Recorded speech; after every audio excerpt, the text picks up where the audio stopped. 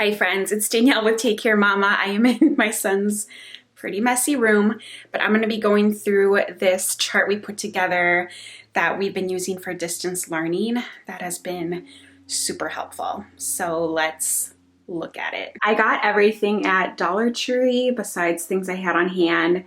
The poster boards from the Dollar Tree, plus these black post-it notes, which I have never seen before. I thought that was really cool. I didn't really want to write on the poster board because I didn't know if we were going to change things around. So on top, you can see I just added the days of the week with some washi tape. I had an old calendar that I just cut out the days of the week. Use some washi so we can move it around. We're just doing weekdays so far.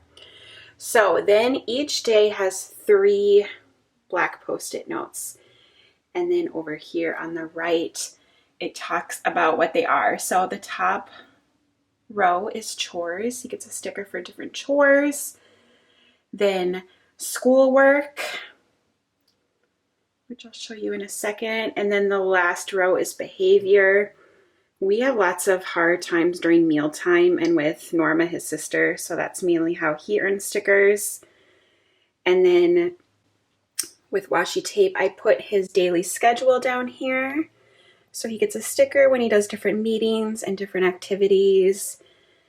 And then lastly, I just thought it would be fun to put a calendar down here with some washi so we can mark off the days and kind of visualize when Christmas is and everything like that. So at the end of the week, I will take the black post-its down and put blank ones up. Each sticker for us is 5 cents. Another thing I've had him do is with white crayons, since these are black, I'll have him count. So this would be 6 stickers, and then I'll have him multiply. That would be 30 cents.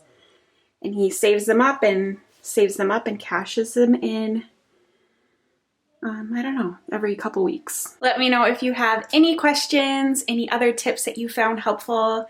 I hope you have a wonderful day and take care. Bye guys.